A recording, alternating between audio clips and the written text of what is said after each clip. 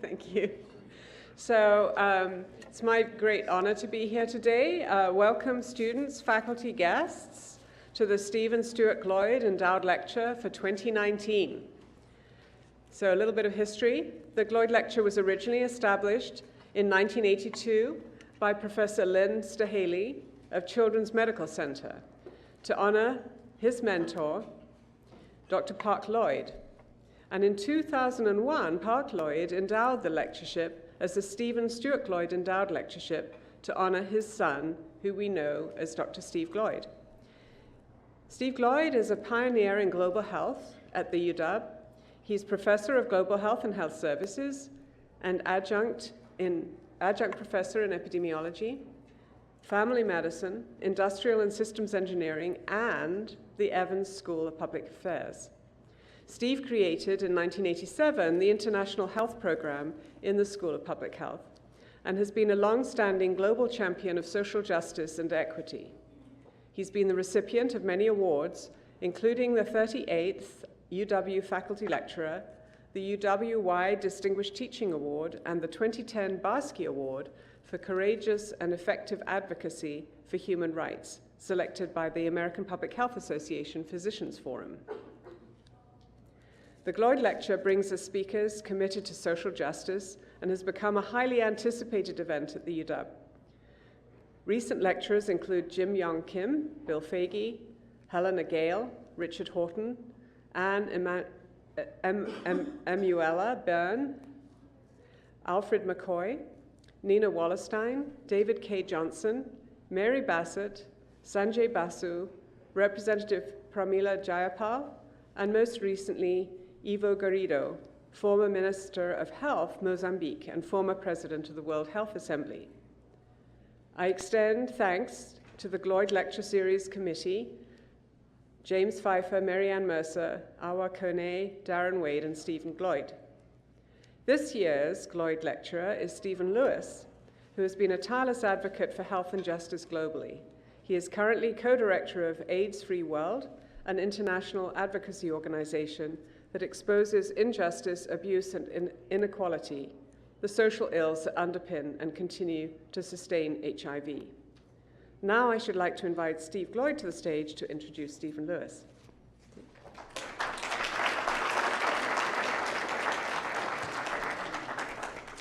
Good evening, everybody. Thank you, Shirley, very much for your extremely kind words and for the history of the lecture. I can tell you all that it's exciting to have a lecture like this where you can sort of be part of a group trying to get the best voice of social justice to the University of Washington every year. And I think we've done a really great job this year. A special thanks to Darren Wade, where are you, Darren? Darren, and to Basha, who helped make this all possible through your great organization. Thank you. To the committee, because the committee has done a lot of work to try to figure out, how and who and what to do. To my own family, my wife Awa is out for a second, but I hope that she'll hear the fact that I'm thanking her and my own kids for keeping me straight and being a kind of moral compass, I think. And to all of you for coming. So thanks very much. My job is to introduce Stephen Lewis, and I can't think of anything that's more exciting and fun to do because Stephen Lewis is really a hero of mine. He's co-founder and co-director of the AIDS Free World, which is an international advocacy organization that exposes injustices, abuse, inequality, relating to HIV, but sometimes not relating to HIV. And I hope he'll tell you a lot about some of the stuff that AIDS Free World is doing today. He's also the board chair of the Stephen Lewis Foundation. It's kind of cool to have a foundation named for you, and that's so he does that as well. But I think the main thing about Stephen is that I consider him a hero of social justice and HIV and social justice and health, and has been that at least since I first heard him in the early 2000s when he was the UN Special Envoy for HIV/AIDS in Africa.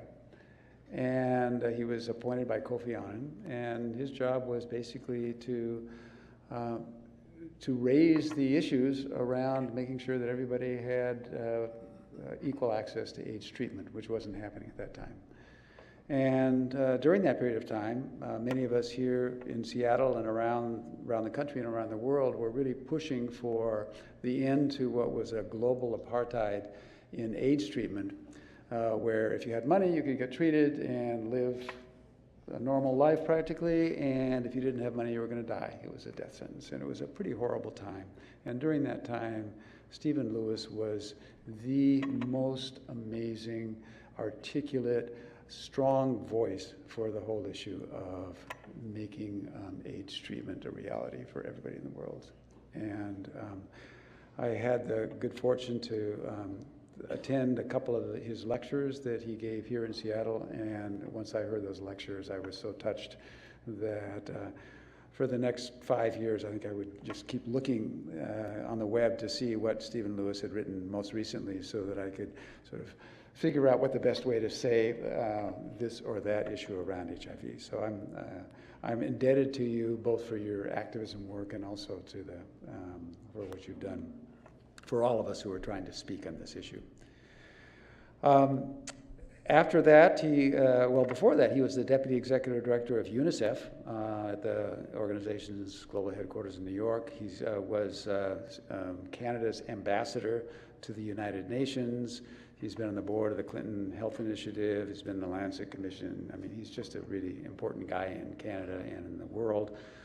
As a result, he's actually Stephen Lewis CC, which stands for Companion of the Order of Canada, which is the highest honor that anybody can get in Canada. So I think we should probably refer to you as Sir Stephen Lewis, although I'm not sure. Yeah, that's right. And he's also he holds 42 honorary doctorates from universities in the United States and Canada. So it's pretty amazing what he's done in his life, and I think that as you hear him today, you will probably get it. We've heard him for a couple of sessions this morning, and he's just as inspiring as he was back when I first met him. So I'm sure you will be very, very pleased to hear what Stephen Lewis has to say. I personally am as well. So thanks, Stephen.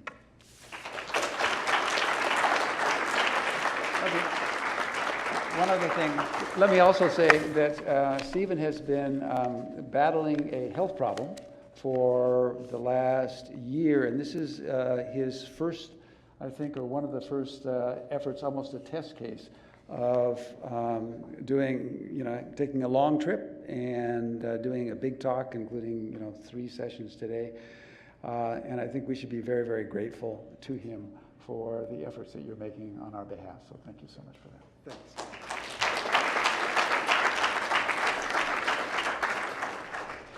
That was as nice and comprehensive an introduction as I've received, inordinately amiable. And this is the first time I've ventured outside of Canada over the last year for a variety of reasons. But let me tell you that most Canadians are apprehensive about coming to the United States these days. They don't need a health reason to justify the exodus. I must say, Stephen, that it's a privilege and an honor to be giving the lecture on your behalf and in your name. It's clear from what I absorbed and learned today that the work you've been doing and your colleagues have been doing is extraordinary in its impact and its substance. I get a big kick out of listening to it and observing the loyalty to you personally, and more important, the indomitable, almost formidable loyalty to the issues that are raised. It's an elixir to hear it. It makes me feel good because there is inevitably so much cynicism and indifference in this world. And when you come in touch with a group of professionals who feel so deeply about the work they do, it's positively exhilarating.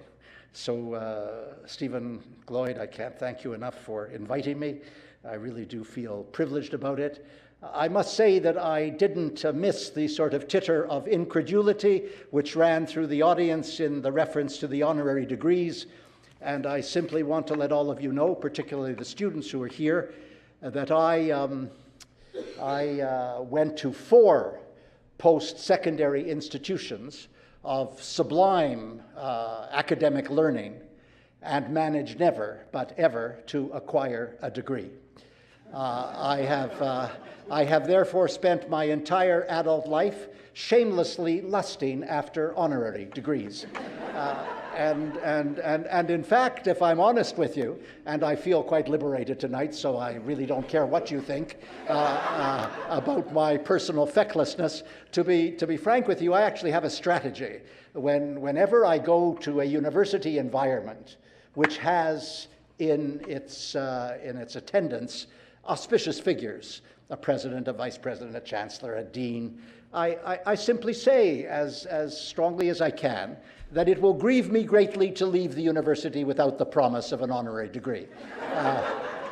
And it's a phenomenal business, because 2 or 3 weeks later, I get a letter saying, "Dear Mr. Lewis, in response to your request, we have decided to confer upon you an honorary degree."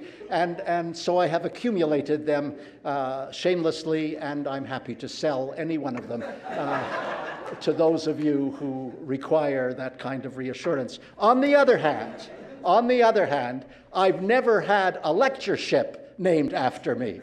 So you can see that I'm palpitating with competitive rivalry. And I have had some things named after me. There's a wonderful little project which services 2,000 or 3,000 people struggling with HIV in the heart of Uganda, called Reach Out Mbuyu. And my little foundation has been funding them for many years, and we were so pleased with the quality of their work that we wrote a note to them and said, "We'd like to give you more money. You don't have to ask for it. Just indicate what you'd like." And they left it to us to identify what it is that they might use the money for. So we wrote back and said, "Well, we'll be able to cover all of your administrative expenses." That's always a plague for any small project. And they wrote back and said, "What is wrong with you people? You've worked with us for years. You know what we need. You know that sanitation is one of the single greatest problems for Reach Out Mbuyu. Why can't you give us funding for that?" So I'm pleased to tell all of you that I went to Uganda and I cut the ribbon recently, and there's a little plaque which reads, "The Stephen Lewis Latrine." and I therefore have more than an honorary degree to share with all of you. I had made copious notes for this lecture. But I jettisoned them all after meeting with the staff over lunch and a number of students during the course of the early afternoon. I was, as I said, exhilarated by Health Alliance International. I've read a great many of your annual reports, by the way, and they're really well done and highly compelling. I got a kick out of informing myself, and there's one particular aspect I want to refer to a little later on. By the way, I expect I will be speaking for 2 or 3 hours. So if you'd like to, people have been walking out on me all my adult life, so if you would simply like to leave and have a coffee or something, when you come back in, you can be confident that I'll still be speaking. I have, as the time went by, 3 specific reasons why I wanted to jettison the notes I had made. Number one, I was tremendously struck in the conversation with Stephen's colleagues of the emphasis on primary health care. It's very difficult these days to get people focused on strengthening on health systems and understanding the integration of health priorities and focusing on primary health care, which is largely expunged in the anatomy of priorities of many governments. And it feels good to know that there's a whole organization in a resplendent university like UW that still focuses on primary health care. And the beauty of it, as I heard it, was that, of course, the entire multilateral system, the entire United Nations system, is increasingly focused on what they call universal health care. And this September at the United Nations, there is a high-level meeting on universal health care. And universal health care is effectively the embodiment of primary health care. It will, of course, expand on it, but what it means is that the global health community here and Health Alliance International here is at the forefront of something which the world is increasingly preoccupied by, And I got a big kick out of that. Secondly, and you have a right to applaud yourselves for that by every means. Secondly, I love the fact that the work that is done is so deeply tied up with ministries of health in various countries, whether it's Mozambique or Cote d'Ivoire or Timor-Leste. It was fascinating to hear that Health Alliance International puts itself right into the health ministries, embodying appreciation for the public sector. There's such a preoccupation with the private sector that it's really repugnant these days. But to see a whole organization and a university which obviously believes in and cherishes the public sector and works with health ministries. I was saying to my friends, now friends, here in Seattle, that when the United Nations puts people into ministries in various countries, whether it's finance or planning or health, they tend to dictate terms. They come into the ministry, they take an adjacent desk, and they say, this is what we're telling you to do. It's quite a pleasure when you have an organization that works with a government in public health rather than dictating to a government.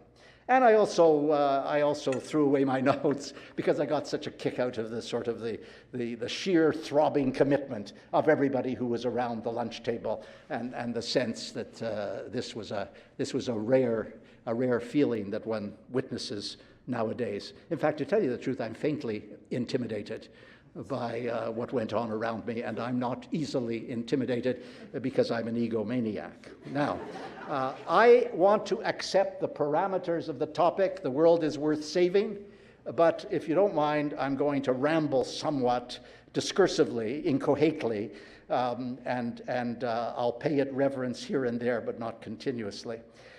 I want to say to you when I start that I'm filled with discontent, impatience, and anger for most of the time these days. When people ask me what sustains me, I say I am sustained from rage to rage. It's difficult to extract oneself from what's going on in this world.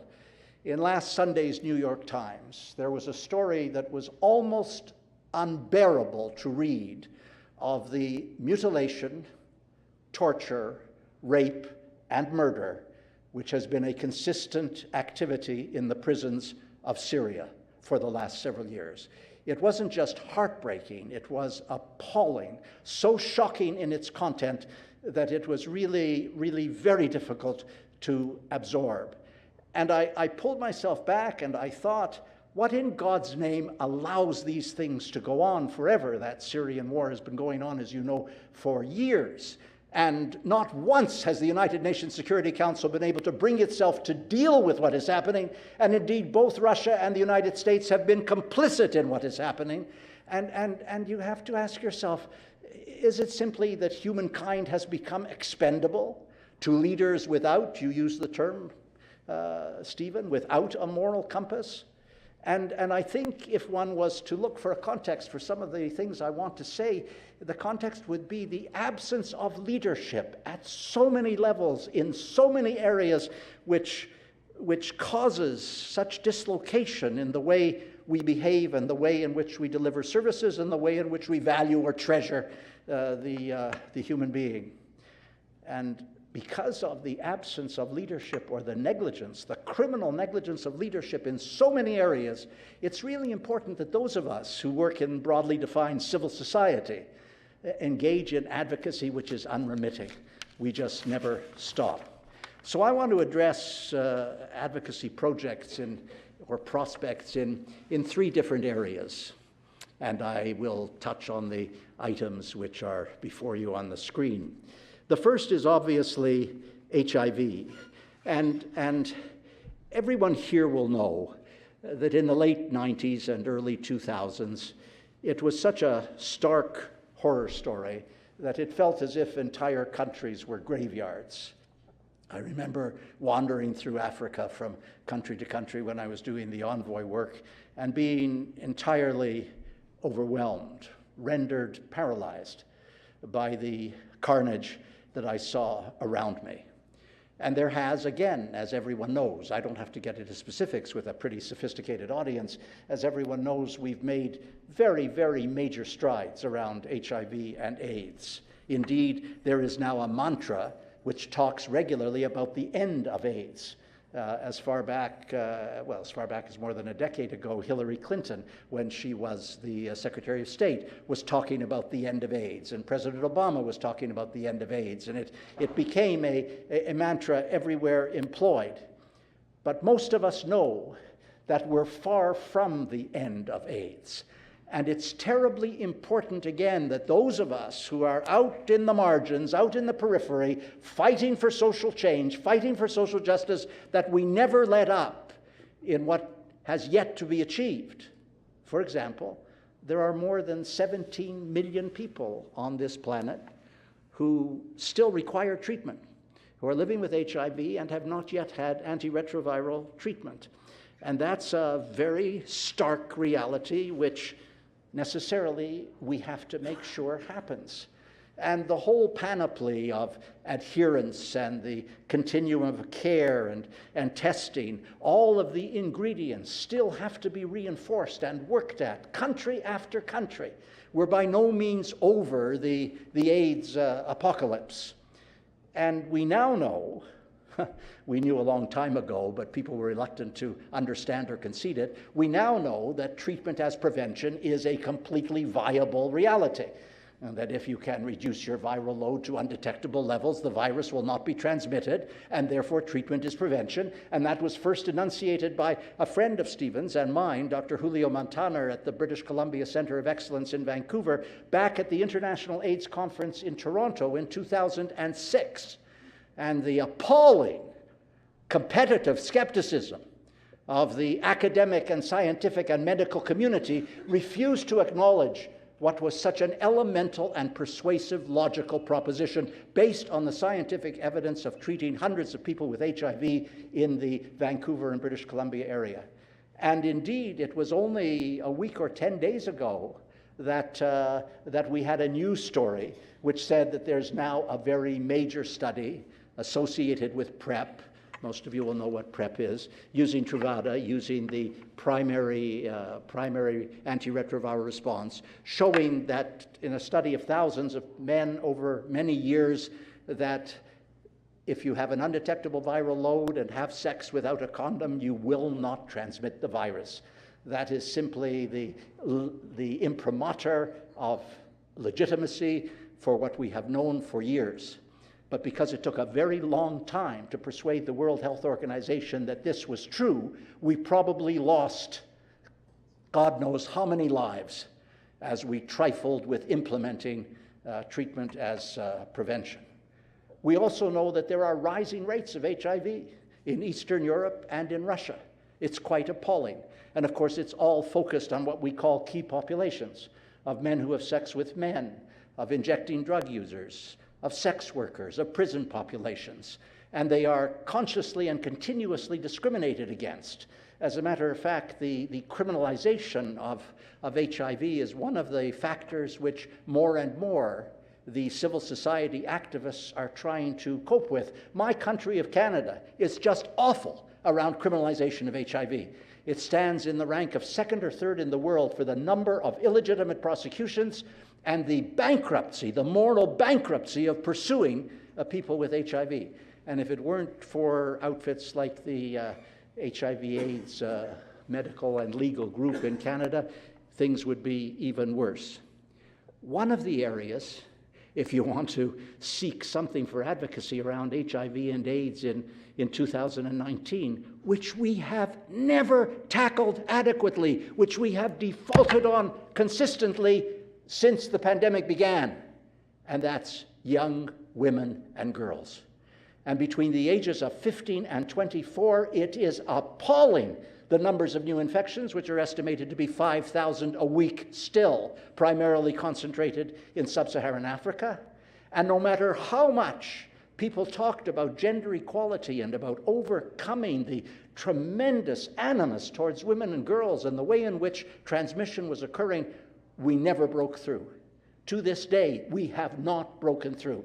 And if you want an example of misogyny, and of the difficulty of overcoming the sexism and the inequality which harasses the modern world around women and girls, just take a look at what's happening in Southern Africa and in Eastern Africa around HIV to this day. And interestingly enough, there's more focus on the key populations, and there should be an enormous focus on the key populations, but there's more focus on the key populations than there is on young women and girls. And yet the toll on young women and girls is in fact much greater. We haven't done much so far, and it's being more and more revealed every day in dealing with the pharmaceutical companies that keep the prices so dreadfully high and make it impossible for some countries to afford treatment, and indeed result in stockouts in a number of countries when treatment is required. And I don't know whether all of you have bothered to read what's happening with Gilead, the pharmaceutical company, but it has been revealed in the last few days by the New York Times that Gilead is wildly overcharging for very significant drugs related to HIV, and has engaged, so it would appear from the court cases that have been launched, in a conspiracy with other companies to maintain high prices and remove the possibility of generics in the same area as the drugs that Gilead is itself producing. And indeed, there was a story 10 days ago that the generic companies have formed a kind of consortium to prevent the lowering of prices and to maintain prices high. The drug companies are having a field day. For the first time ever in 50 years, we have two new drugs to deal with tuberculosis, bedaquiline and delamanid. And we cannot get from Janssen, which is a subsidiary from Johnson & Johnson, and Otsuka, which prepares delamanid, we cannot get the prices down. We can't get those drugs distributed in sufficient quantities to deal with the people who are desperate for them, particularly those living with multi-drug resistant tuberculosis in India and a number of Eastern European countries. The one country in the world which is making those drugs available virtually at cost and below is South Africa. And that's because the Minister of Health, Aaron Motsoaledi, is one of the decent, thoughtful human beings on the planet. But there's a lot to be done in the world of pharmaceuticals. So you see, all of these areas require advocacy. They require our never allowing people to forget the indignity and the injustice associated with still toying at the edges of AIDS when you've got millions upon millions of people fighting for survival. And the area which should be most auspicious, because money is always at the center of the struggle against HIV, tuberculosis, and malaria, is of course the Global Fund to fight AIDS, tuberculosis, and malaria. The Global Fund that was created in 2002, largely under the auspices of the Secretary General Kofi Annan, and which has done excellent, excellent things and saved millions of lives in the intervening years by raising billions of dollars.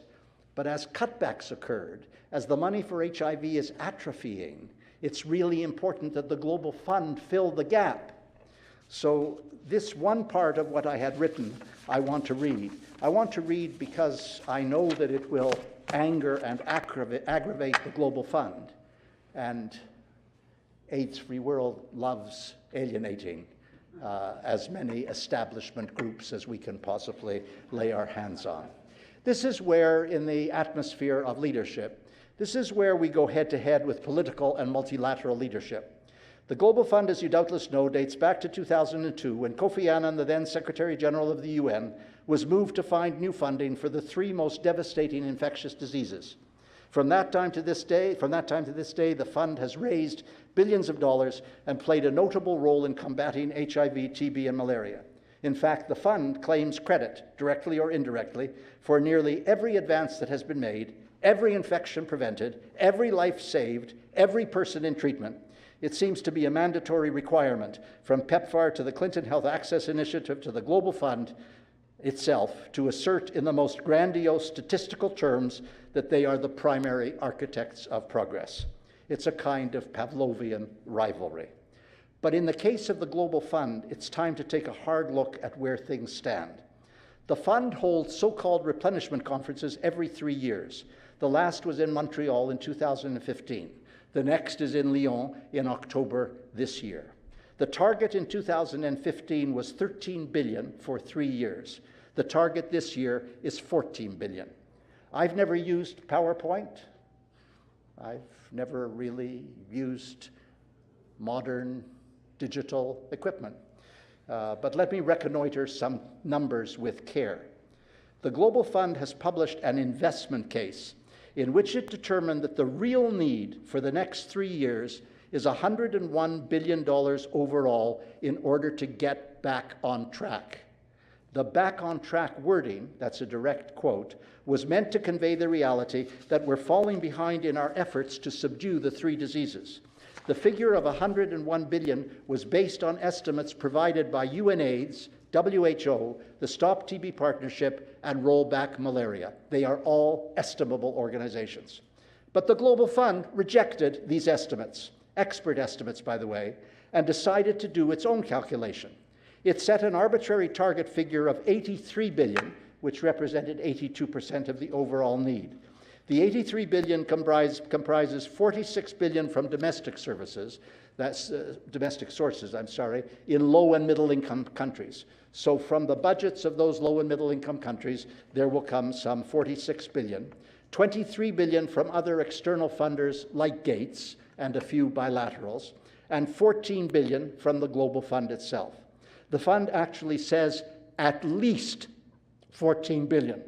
Using my own mathematical dexterity, I point out that the obvious shortfall between 83 billion and 101 billion is $18 billion. There are many things to be said. First, the 14 billion figure is ridiculously inadequate. Worse, it's cynical beyond description to throw in the qualifying words "at least," as though any of the governments are going to pay attention. When you say at least 14 billion, you'll get 14 billion, not a penny more. To hide behind the phrase "at least" is to play fast and loose with human lives. Second, a raft of reputable NGOs, including the Global Fund Advocates Network, is asking for 16 billion to 18 billion in order to have a chance of getting back on track. That should be a shot across the bow of the Global Fund, but the fund will pay no attention. The omniscient arrogance is almost more than one can bear. And by the way, the announcement today that the United States has upped its ante from Congress in what it will give to the Global Fund is simply a confirmation that the United States is playing the Global Fund's game of a target of 14 billion. They're not asking money that would go beyond that. Third, the Global Fund investment case is forced self-consciously to admit what all its critics know. Now listen to this direct quote. An additional US 18 billion would be required to entirely close the gap. More investment, whether through raising more than 14 billion from the Global Fund, from increased domestic resource mobilization, or increases in other forms of external assistance, would save millions more lives, accelerating the end of the epidemics and reinforcing the trajectory towards universal health coverage. Saving millions more lives. Can that be quantified?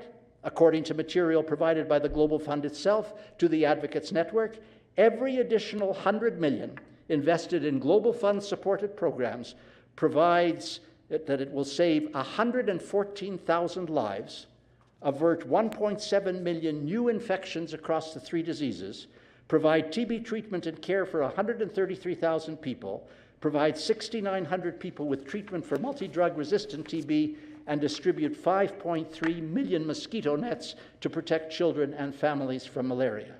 In other words, if the Global Fund had asked for even $1 billion more, all those numbers would have gone up by a factor of 10. Lives saved, for example, would jump to well over 1 million. Maybe it's time for the Global Fund to stop parading the numbers of lives saved and start calculating the numbers of lives needlessly lost and take responsibility for the loss. Fourth, and this is particularly true in the case of tuberculosis, TB is now the greatest single infectious disease killer, 1,600,000 deaths in 2017, more than AIDS and malaria taken together. It's painful to recognize that TB has been neglected for decades and is starved for funding. Best estimates suggest that prevention, treatment, and care for both drug-susceptible TB and its nemesis, drug-resistant TB, requires $6.5 billion annually over the next 3 years, plus research and development costs of another $1.3 billion. These figures make a mockery of the current financial target of the Global Fund. Nor are these figures inflated. They have been authenticated by the first ever high-level meeting on tuberculosis held by the United Nations in September of last year, and by the subsequent Lancet Commission report on tuberculosis. So what in the world is going on? Quite simply, the Global Fund Secretariat fears that if it asks for more, it will frighten the donors off. The Global Fund lacks imagination, it lacks will, it lacks principle. Of the 3 major funding sources, domestic, other external, and the Global Fund, only the fund has significant room to grow. The domestic resources are already being asked for an increase of 48% over the last replenishment. I mean, imagine low-income and middle-income countries in Africa being asked for an increase of over 48%. The external sources remain highly problematic. I beg you to remember, AIDS, tuberculosis, and malaria exact a rate of death and illness numbering millions every year. It's annihilating carnage, and the Global Fund won't set its sights to the level necessary to confound the carnage. They're trading lives for dollars and claiming virtue while doing so. I want to tell you that I find it morally repugnant. At the very least, the executive director could put his job on the line and insist that the governments who contribute to the Global Fund up the ante dramatically. I'm reminded of a powerful essay written by the world-renowned economist Jeffrey Sachs and 2 of his colleagues entitled "Fully Filling the Global Fund." He argues eloquently that the entire shortfall must be funded, not $14 billion, but the extra $18 billion as well. He surmised that it would be $30 billion in total rather than $32 billion, but that's neither here nor there. Jeffrey Sachs is of the view that the Global Fund should pledge its efforts to raise the entire amount for the next 3 years. Half would come from governments, including China, and the other half of the funding would come from the world's richest people. Under the Giving Pledge launched by Gates and Buffett, it would be easy to raise the approximately $5 billion a year. He has a great paragraph. Quote, "This is a remarkably small price to pay to save millions of lives. Consider what $10 billion a year really means. For the 1.2 billion people in the high-income countries, it means $8 per person per year. For the Pentagon, it means roughly 5 days of spending. And for the world's 2,208 billionaires, it means just 0.1% of their combined net worth, some $9.1 trillion. I'm with Jeffrey. It's time to challenge the governments and the billionaires. It is frankly a monumental tragedy that the Global Fund cops out. I'm not given to self-delusion. The Global Fund won't pay any attention to me or the terrific NGO for which I work, AIDS-Free World. But maybe they'll listen to you. That's what activism is all about. The Gates Foundation is your next-door neighbor. Why not summon every advocacy impulse there is? Phone calls, letters, social media, placards, demonstrations, everything imaginable to persuade Gates to do as Jeffrey Sachs suggests, both in terms of the Gates Foundation and in terms of governments. When I was the envoy on AIDS in Africa, I spent 5 years watching people die. For those families, those communities, those countries, it was a visceral humanitarian agony, and it still goes on. Why? Why must it continue? This isn't war we're talking about. We're talking about health. We're talking about global health. And I know that sometimes the things I would say and my colleagues would say would seem on occasion to be extreme.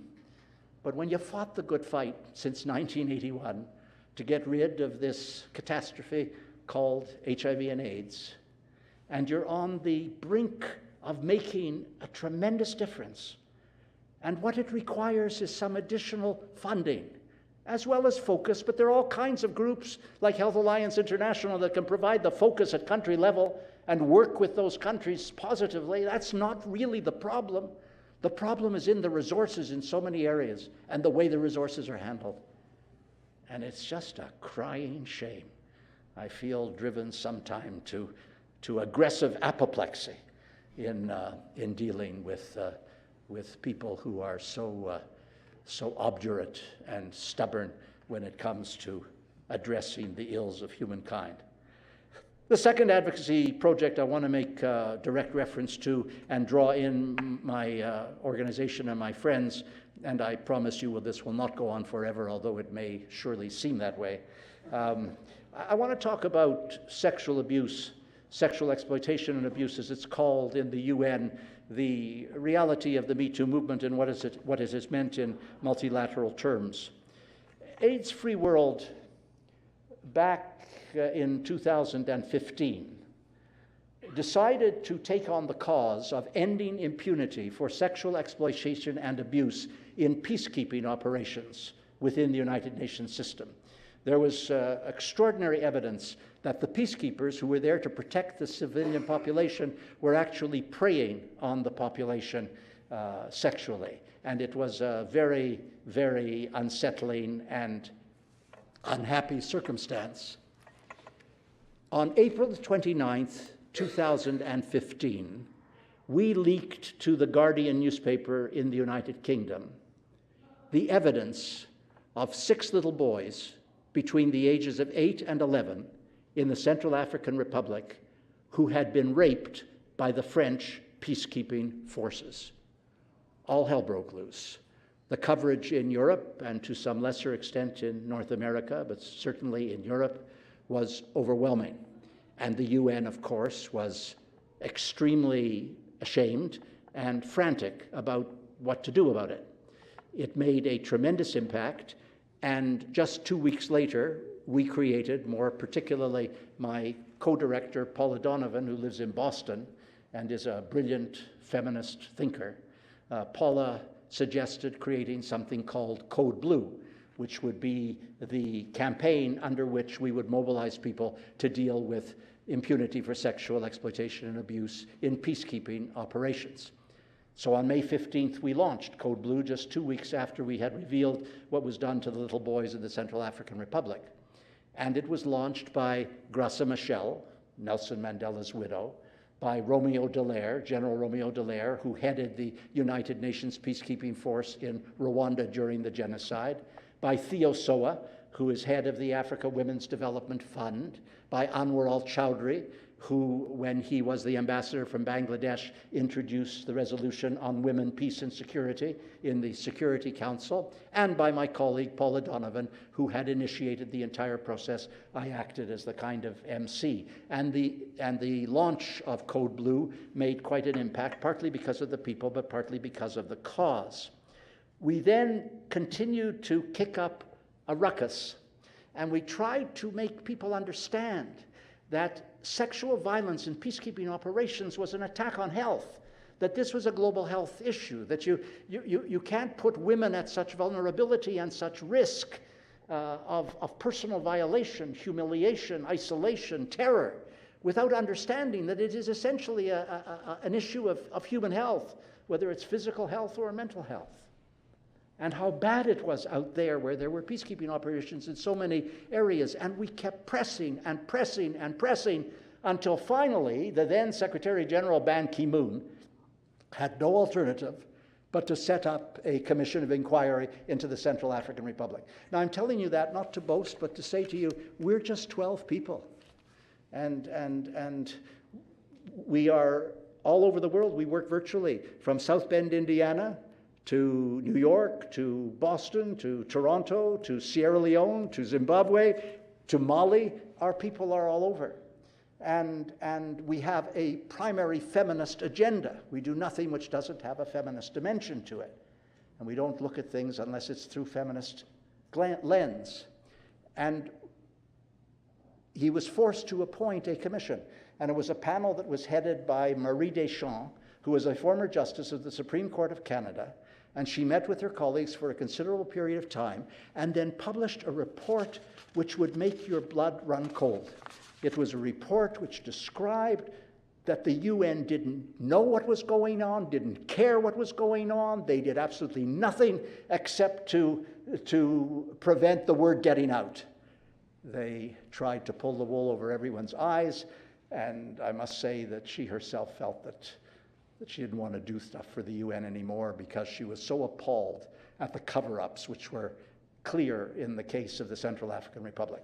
Well, both Ban Ki-moon and Antonio Guterres, the new Secretary General, were forced into action. They created a coordinator, they created a victims' rights advocate, they set up a circle of leadership of countries, they established a website to indicate allegations and what had happened to the women who reported the sexual violence. They looked at so much of it in order to scramble to do something which would be effective. And they kept on repeating the term zero tolerance ad nauseum. And then something very unusual happened because we didn't anticipate it. But again, it shows what you can do if you just keep fighting. Suddenly, we moved beyond peacekeeping operations. Suddenly, women from so many agencies in the United Nations, agencies all over, started coming to us secretly to tell us what was going on in their agency around sexual misconduct to which they were subject. And then one case exploded, the case of a woman named Martina, who had been attacked in an elevator by the Deputy Executive Director of UNAIDS, a man named Willis Gloyd. And it was so bad that an investigation was forced, and Lours was allegedly acquitted. They couldn't find enough evidence, but everybody knew that the investigation was completely flawed. It had been conducted by the World Health Organization on behalf of UNAIDS, and everybody understood that it wasn't working. So we kept the pressure on again. It wasn't easy for us. Paul Donovan and I are very good friends, or we were very good friends with Michel Sidibe, the head of UNAIDS. I used to supervise Michel Sidibe when he worked for UNICEF. And it was painful to see what was going on at UNAIDS under his stewardship, because for years there had obviously been awful stuff happening which no one felt they were able to report. So again, because of keeping at it in the most perfervid, determined way, another panel of inquiry was established, this time chaired by the former head of the Human Rights Commission in Australia, a wonderful woman lawyer, and they emerged with a report which, frankly, you should read it sometime, is the strongest single indictment of a UN agency that I have ever read. Effectively, they said this was a patriarchal scandal, and the only way to remedy it was to get rid of the leadership of UNAIDS. So Michel Sidibe, smarting from this critique, announced that he would be leaving his job 6 months early. And then suddenly, 10 days ago, Michel Sidibe announced that he was going off to Mali to be the Minister of Health, quite a come down from being Under-Secretary General of the United Nations, and left. And what's interesting is that in his absence and on his departure, you don't read any Twitter feeds which say, "We're sorry to see you go." You suddenly understand that for several years, it was a culture of terror and abuse in an organization. And now we're moving in on trying to get them to do what's right about the future. What was most distressing about all of it was the absolute silence of the Secretary General of the United Nations. It's not appropriate in the minds of many for someone to criticize the Secretary General of the United Nations. But I have to say, Antonio Guterres appointed Michel Sidibe. He knew what was going on because of all the complaints that were being registered. He never said a thing, not during, not after, not a word. And about a week ago, Ken Roth, the executive director of Human Rights Watch, wrote a remarkable op-ed for the Washington Post in which he said, "What is wrong with Antonio Guterres? Why is he always silent on violations of human rights?" And he named the human rights scandals around the world, and the Secretary General of the UN was absolutely silent. And I thought to myself, what is happening to the people we call the first citizens of the world? We had a man named Dag Hammarskjöld, who died in a plane crash in the late 50s, I guess, who was a wonderful Secretary General of the United Nations, and we had Kofi Annan, who was a principled and decent human being, who to his death regretted what had happened in Rwanda. But somehow we're just letting the countries ride roughshod. Countries which are human rights violators seem to occupy positions of power, and everybody submits themselves to these countries. It's an invidious and often hopeless situation. And it leads me to the third thing I want to say, and I can bring these remarks to an end. The third advocacy project, if I may put it, is climate change. And I must say that I was fascinated in the 2018 report of health of your Alliance International to read of the two professors and more who were involved with the Lancet Commission on Health and Climate Change and had helped to author the major document in that field. And the relationship between health and climate change, I don't have to tell an audience of any kind, the climatic convulsions which are occurring in the world and the consequences in human terms, and they're all related to health. And therefore, to get engaged in climate change is really important. You know, back in June of 1988, I actually chaired the first international panel on climate change. I don't want to pretend that I knew what I was doing. I was chairing it as I was leaving the ambassadorial post at the UN. I think the Canadian Prime Minister just wanted to give me something to do on the way out. And we gathered 300 scientists and academics in Toronto in the very first conference on climate change. And our statement, our declaration at the end of the conference began this way: humanity is conducting an unintended, uncontrolled, globally pervasive experiment whose ultimate consequences could be second only to global nuclear war. 31 years ago, and fundamentally, very little has changed. Countries will not meet their obligations and promises under the Paris Accord. Everyone knows that. What the President of the United States is doing is criminally neglectful around and denialist around climate change. And generally speaking, the world is lurching to a kind of cataclysm. And the real question is, what in God's name can be done about it?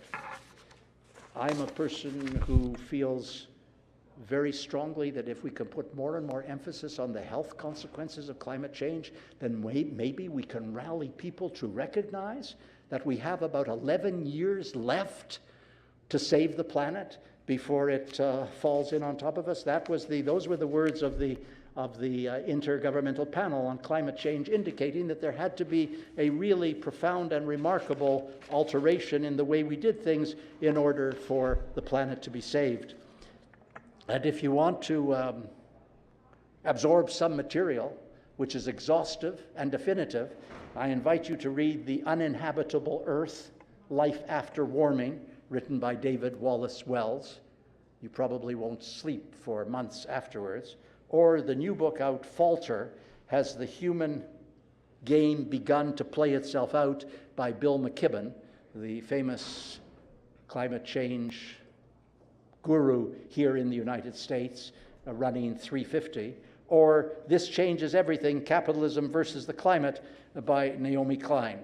These books are magnificent treatises of what the world is doing to itself and our appalling negligence in response. And I mention it only because of the Intergovernmental Panel on Climate Change, which said in its opening sentence that what is required, quote, is rapid, far-reaching, and unprecedented changes in all aspects of society. So may I be bold? You want an advocacy project? The Green New Deal is an advocacy project. And it's something you can throw yourself into. Not only does it have AOC and all kinds of really first-rate people sponsoring it, but the Green New Deal, it's not just talking about reducing the discharge of carbon into the atmosphere. It's not just talking about removing fossil fuels. It's not just talking about moving to renewables. It's not just talking about different ways of building houses and using transportation and dealing with agriculture. What it's doing is what all the more radical climate people want to do, which is to create a more humane, caring, civilized society where people are valued and treasured, and where the terrible gap of inequality between the wealthy and the impoverished can somehow be closed. And it's remarkable that has emerged now in this country at this moment in time. We have something in Canada called the LEAP Manifesto, which is an approximation of the Green New Deal or vice versa. But the Green New Deal, if I was a student, I would be throwing myself into it, joining chapters, knocking on doors, going to Congress people, writing letters, holding placards, filling the quad of the university with protest. I mean, there's just something so important here in terms of saving the planet. Standing in our way is something called austerity. And austerity isn't merely raising the taxes or making tax breaks for the wealthy and cutting social welfare payments to the poor. And it isn't only about wreaking havoc internationally with policies like the gag rule and making sexual and reproductive health and abortion impossible in so many countries because of the way in which public policy in the United States is fashioned and prosecuted. What austerity really means is right-wing governments everywhere, from Romania to Italy to Hungary to Brazil. It means right-wing governments that are more and more oppressing and impoverishing the citizens of their countries, and more developing a rhetoric of misogyny, of racism, of xenophobia, of homophobia, everything that wreaks havoc in the human condition. And I must say that rather than giving me pause or making me feel abject, I feel really empowered by what's going on, because there's so much to fight against and there's so much to fight for. I mean, we've rarely had a moment in human history where the targets are so obvious and where humankind hangs in the balance. And it's thrilling to be a part of that struggle and to be tenacious and indomitable and never stop fighting and never give up. It's an exhilarating business.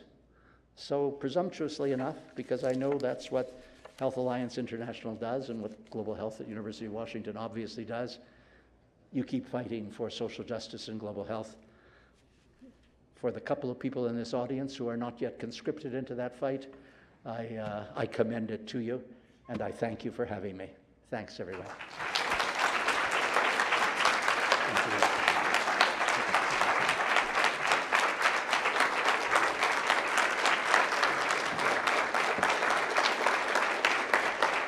You want me to take some questions?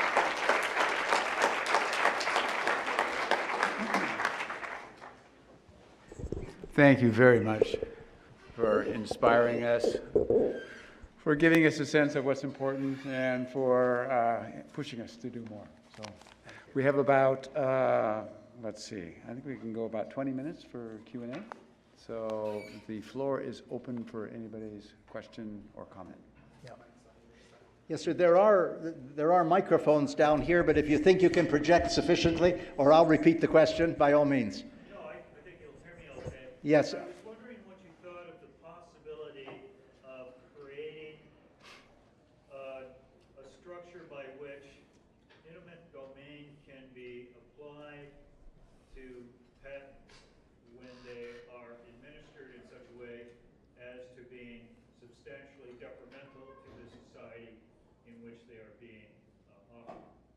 Can you say that just once more, because I missed the important word, applied to? In the U.S. we have eminent domain Right. on land, so we can build a highway. Right. What do you think about the possibility of creating an eminent domain for patents? Oh, for patents, sorry, that's the word I missed. That's fair. That's interesting. I don't know enough to respond intelligently. I think there are so many vehicles to deal with patents now. So many organizations which are very, very strongly involved. There's the Collective Lawyers Group in India. There's the Health Gap Group in the United States. There's a treatment action campaign in South Africa. There are numbers of vehicles internationally which are very effective in dealing with patents now, obviously using legal interventions. Whether eminent domain would be another way of doing it, I'm just not sufficiently knowledgeable to say. I hate admitting ignorance, but unfortunately I do it often. Anyone else?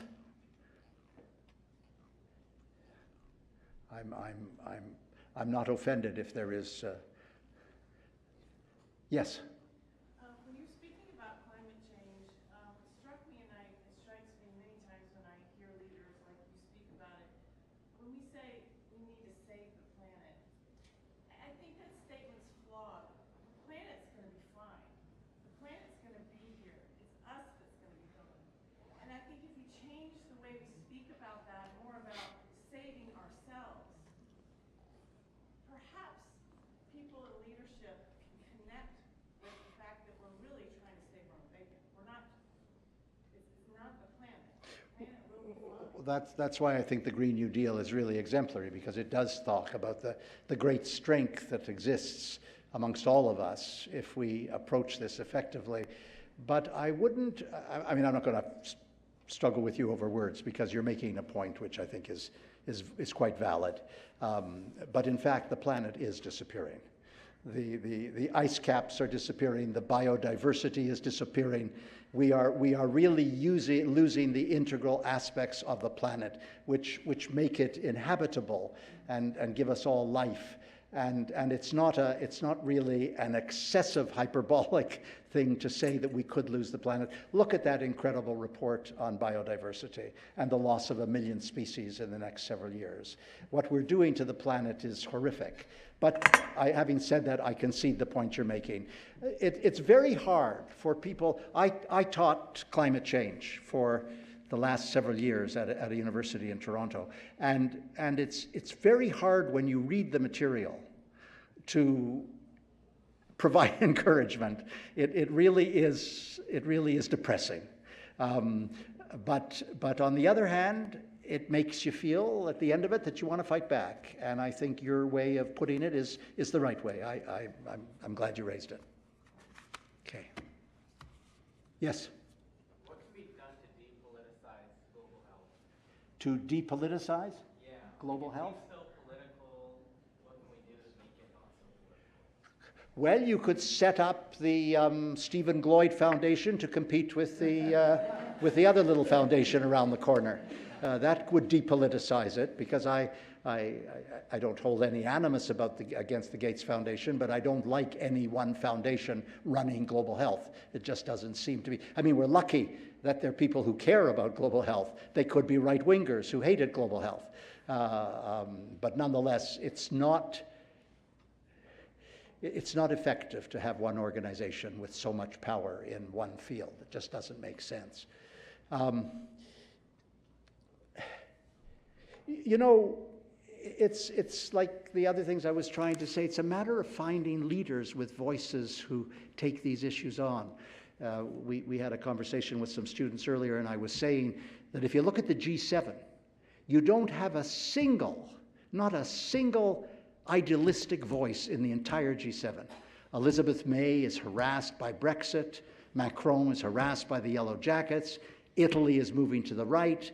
Japan feels itself on the periphery.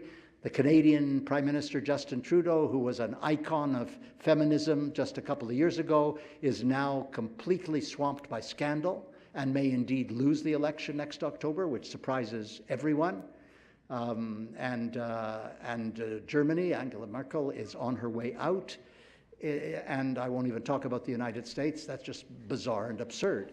So well, it's not often that, you know, a certifiable lunatic runs a country. It's happening in the Philippines, I will admit, and it's happening in Myanmar, apparently, if you ask the Rohingya. It's certainly happening in Saudi Arabia, Syria, and precincts. But there is no one in the G7 who can give the kind of vision to the world around global health, for example. Obama could, and in many areas did. And I was saying earlier to Stephen that Gordon Brown, when he was Prime Minister of the United Kingdom, cared deeply about poverty, and that shows because he's now running the effort at global education, particularly for children in refugee camps or in other areas of hardship. But we don't have voices. We don't have leaders. It's extremely debilitating that you cannot point to a leader in the Western world who has the vision and the impact that could take some of these issues and turn them around. So we have to keep talking about them until it happens. You know, it'll happen here next year, I assume. It damn well better. No, really, you have an obligation. You people here, you've got to change things in this country. It is really devastating the world. And it's making life around my house very difficult. We're just apoplectic from morning till night. It's really, really hard. I've even had to watch CNN, which is painful. So you cannot imagine in a country like Canada how much hope there is that things will turn around in 2020. I mean, we are really, I think that the number was something like 94% of Canadians want a change in the presidential status in the United States. That's somewhat higher than your own percentage. Anyone else on any matter or question? Yes? I was just curious, when you're confronting such big, like really big power structures and really big issues, what gives you hope? You know, what has always given me hope is the power at the grassroots. I was saying to someone earlier, I've been going back and forth from Africa for 58 years, almost 60 years. And that continent is a magnificent continent. I mean, people get confused. It is 53 or 54 countries, and some of them are sunk in conflict, and it's difficult. But the people of the countries, the people in Africa, in my, I hate to make sweeping generalizations, but in my experience, facing unbelievable hardship and adversity between poverty and disease, they are generous, intelligent, determined. You draw tremendous strength from the people on the ground, from the communities on the ground. It makes you realize that the people who are in power have a lot less to give than the people who are on the receiving end. And that really does sustain me. I love going back. I love going into a village. And it makes you recognize that it's so much white imperialism and white arrogance that makes the assumption that we know better or are better. It's like dealing with Indigenous communities in Canada, which suddenly people in Canada are understanding has been a matter of racism for the last hundreds of years. So that's what sustained me. My little foundation in Canada gives out, I guess when you take away administrative costs, something like $10 million a year to about 150 projects on the ground in 15 countries where the pandemic is high, prevalence rates are high. And you go to those projects and you spend time and you understand, life is worth living. The world is worth saving when you meet the people. So that's what sustains me. I'm also a socialist. I couldn't say that in this country 5 years ago. Now I can say it, and I know there are people who agree with it. I've been a socialist all my life. I've led a socialist party for a while in Canada. And my ideology gives me strength in dealing with these power centers. If you don't like them, you can ideologically take them to task. But it's really the strength of the grassroots that I love and sustains me. Yes, sir. You talked about white imperialism. What about Chinese imperialism and what it's doing in Africa with its Belt and Road project? Chinese imperialism is a very serious danger, and you're right to raise it. And in fact, it feels at times as though Africa is being taken over by China. Wherever you go, the big infrastructure projects, roads and bridges and schools and hospitals, they're being built by Chinese, not just Chinese money, but sometimes by Chinese labor. And if you go into a little country like Lesotho, 2 million people, and all they have is some garment manufacturing, and you see that the garment industries are owned by the Chinese and overseen by the, it's very sobering. And I think that China is also now beginning to usurp the United States' position on climate. They're pretending to the other countries at the UN that they care. People should be paying much, much more attention to China. I'm not a paranoid like the president, and I'm not interested in using, trade deals to alarm people.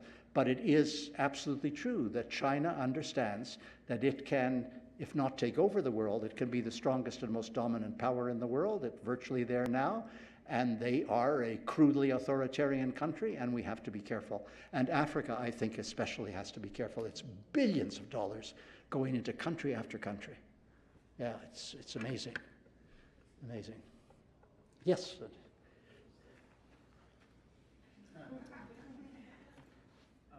quick...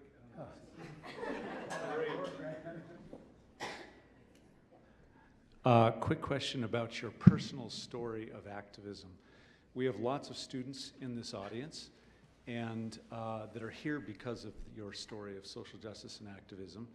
And a report was just released, I think it was last week, a survey of University of Washington students that a huge proportion of them suffer chronic or occasional food insecurity.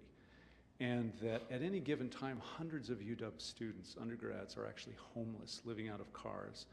And this is the state of austerity in our country, as our public universities are so expensive now. There's so little support that at an elite university like our own, students are struggling just to survive. So I get emails from students in my own classes saying, I can't make it next week, I'm having a nervous breakdown, I'm working a full job, full-time student, and I just can't do it anymore. So when we sort of, us in the older generation say, you gotta be activists, you gotta get out there and do stuff, they say, I would love to, but I'm trying to get through school and I'm trying to pay my bills. So I'm just wondering, from your own personal story, biography, are you suggesting that they quit school and run for office? Is that the take-home lesson? That's not a bad idea. What can you tell them that would be inspiring to say in the kind of, that they're facing challenges that people in our generation did not have to face? Well, to try to change the world. How do they do this when they're struggling just to stay in school? I think the inequality characteristic of the United States is more extreme than it is in some other societies. When Bernie Sanders says he wants free university education, I think, why not?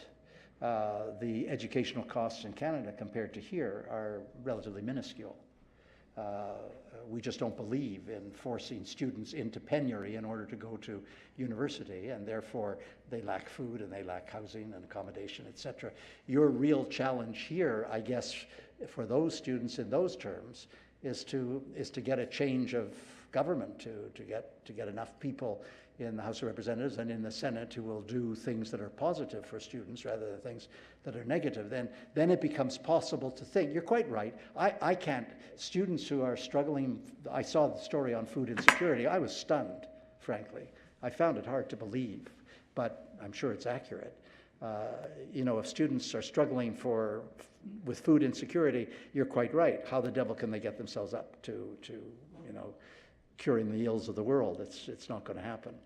But I think that if students are removed from that awful place and they have some time and some conscience, that there's something lovely and important in joining an organization which reflects your concern. If you're an environmental interest, you join Greenpeace or something akin. If you care about human rights, you join Amnesty International or Human Rights Watch or one of the many others. If you're interested in gender equality, there are now God knows how many good feminist organizations that will bring you in. So you join as a volunteer, you begin to do work, you begin to sense what it is they're doing, you go to meetings, you gradually are brought into it. And without being romantic about it, you can even go to a continent like Africa these days and move around in a country and join an NGO voluntarily or a UN agency voluntarily, and ultimately you're likely to get employed.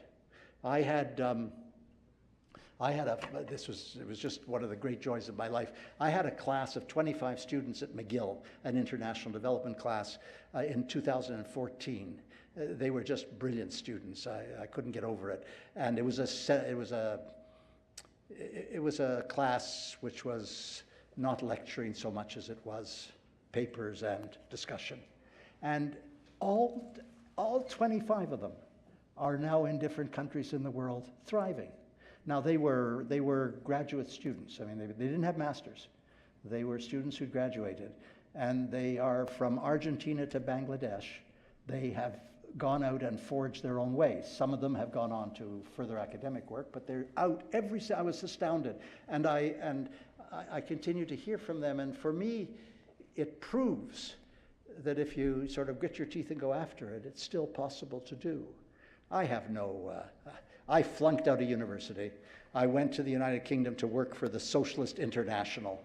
I was there for a couple of months as a researcher, and I got an invitation to attend something called the World Assembly of Youth in Ghana. I learned afterwards that it was a CIA front. So I feel beholden to the CIA. Nobody else feels beholden to the CIA. So I taught school in Ghana, and then I went to Nigeria, and then I went to East Africa, and fell in love with the continent when I was 20 years old or 21 years old. And I mean, I was very privileged because countries were just becoming independent, and I was white, and there was an assumption that if you were white, you must be, you must know something. It's what a ridiculous assumption. I think you've got a very special problem. I don't know how to, I'm helpless in dealing with it. How do you create a society where university students don't have food to eat and don't have a place to stay? What the hell kind of society is it? How is that possible? I mean, I hear of homeless, and I know there are food banks in my country and many countries, but university students who are, supposed to be there, challenging the world. It's too much for me to cope with. I'm sorry. I'm just going to go home. I'm too depressed. See, I did solve the problem, though. I just flunked out. I didn't worry about food. I just left. It was humiliating, but I left. Anyone else? I think we could take one more question. I sense a brooding presence as Stephen slowly inches out from his chair. Oh, you're asking a question. Oh, dear. Okay. No, I was impressed by what you said about the new generation of students as being particularly activist, and the word socialism actually is not something that they're scared of, and I share that. I think that the generation of students, certainly since in the last decade, has been really reassuring and hopeful. But at the same time, as a testament to our age, in the 60s, when I went to school, I also remember that we were a very progressive generation, and a generation that was going to truly change the world for the better. And what I saw was 3 decades of that very progressive generation of students who really had the right values, and it seemed like they had their moral compasses set straight. Something happened, so that's the same generation that, to a large extent, has voted for Donald Trump here and has been partially responsible for what we have right now, including ignoring climate change. In your experience, what do you think, both in Canada and what you know about what's going on here, what happens to a generation that seems so hopeful, i.e. today's generation or the generation of the 60s or 70s, that allows it to go flat? And what lessons can we draw to be able to avoid that? Yeah, I don't know whether it goes flat or whether it's simply a cyclical phenomenon. When I'm much older than you are, I consider you an adolescent, but when I remember back to the 60s, I even remember back to the 50s, and we were consumed by the Vietnam War, by the campaign for nuclear disarmament, by the struggle against racism in the United States, by the anti-apartheid struggle. those were the things which gathered us by the, crowds into the streets. And it gradually dissipated because those struggles were won or they subsided, and you wait for another generation to take them on. What I've understood, and I just feel like a fool saying this, but of course the primary difference is something called the internet and social media. And so when AOL does a little 7-minute commercial on climate change, it has 10 million viewers within 24 hours. It's just stunning. And so it's not just Beyonce who has a tremendous folk hero present.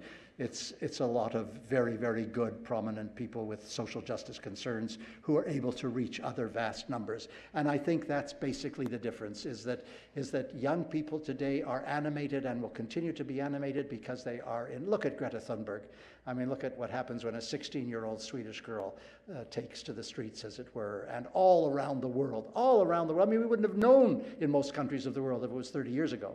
But now everybody knows within 24 hours that, and my grandsons are spilling out of their high schools and going on declarations and demonstrations to show their solidarity with this young Swedish girl. And one of them's 16 and one of them's 13. And I mean, it's just wonderful to see what's happening. And that gives it a sustaining quality, which I don't think we ever had. We were still writing letters to each other. We weren't sending emails.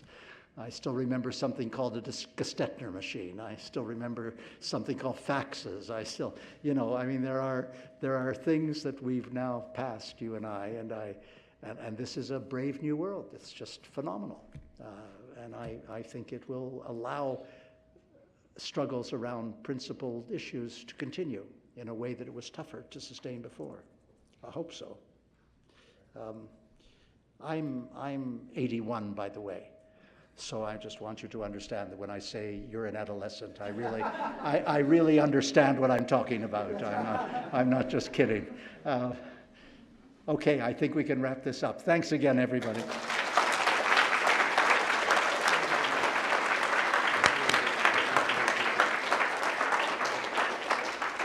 And thank you all for attending. This is great.